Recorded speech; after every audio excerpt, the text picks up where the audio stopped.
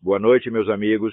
Começamos mais uma vez invocando a Santíssima Virgem Maria e o Santo Padre Pio de Petreucina para que roguem a Deus que nenhuma injustiça se cometa nesse programa.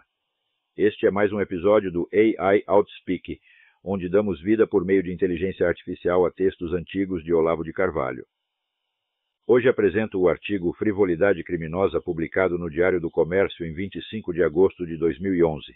Em entrevista publicada pela BBC Brasil no último dia 19, o historiador americano John French, da Duke University, afirmou que, 20 anos após a queda da URSS, a esquerda no Brasil e na América Latina em geral está mais forte do que nunca, graças à criação do Foro de São Paulo em 1990.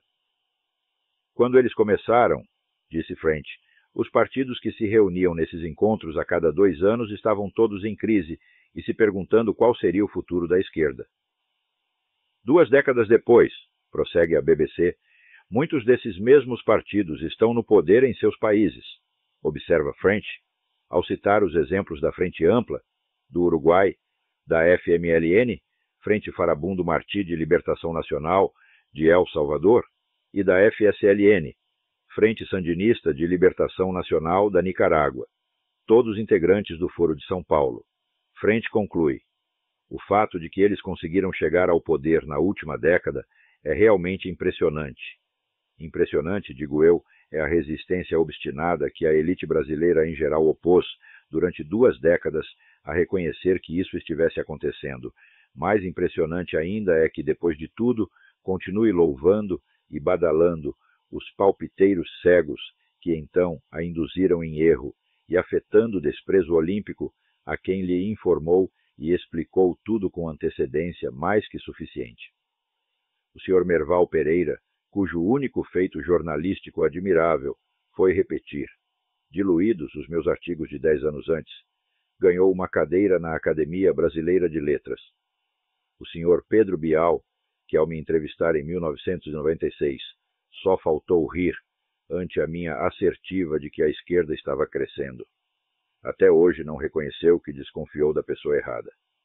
Os liberais quase todos, que só queriam falar de economia e não ligavam a mínima para o Fórum de São Paulo, continuam arrotando doutrina como se ter sido atirados à lata de lixo da história pelo curso dos acontecimentos fosse um título de glória, uma prova de superioridade, não um atestado de incompetência colossal.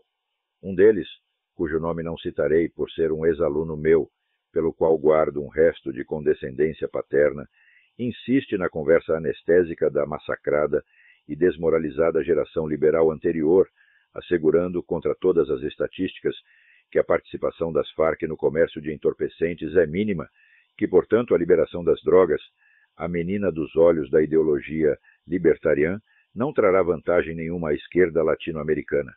Os militares, já habituados a apanhar sem dar um pio, celebram a substituição de Nelson Jobim por Celso Amorim no Ministério da Defesa, como se essa mudança não trouxesse consigo, em troca da simples remoção de um ministro mal-educado, a promessa da total submissão das nossas Forças Armadas aos objetivos estratégicos do Foro de São Paulo. E não faltam aqueles que, reconhecendo por fim aquilo que negavam, buscam consolar-se alegando que, afinal, o governo da esquerda onipotente não é tão mau assim, que a ordem democrática foi preservada e que o PNB, a medida máxima da realidade, na sua visão, está crescendo. Sabem perfeitamente que 50 mil brasileiros são assassinados por ano, que o sistema educacional foi totalmente destruído, que muito mais do que o país crescem a dívida federal e o consumo de drogas. Mesmo quando dispõem dessas informações, nada dizem a respeito, porque são coisas que não saem nas manchetes. E admitir qualquer informação que não seja avalizada pela mídia é expor-se ao risinho dos maliciosos que os brasileiros de hoje, sem fibra nem caráter, temem como se fosse arma de destruição em massa.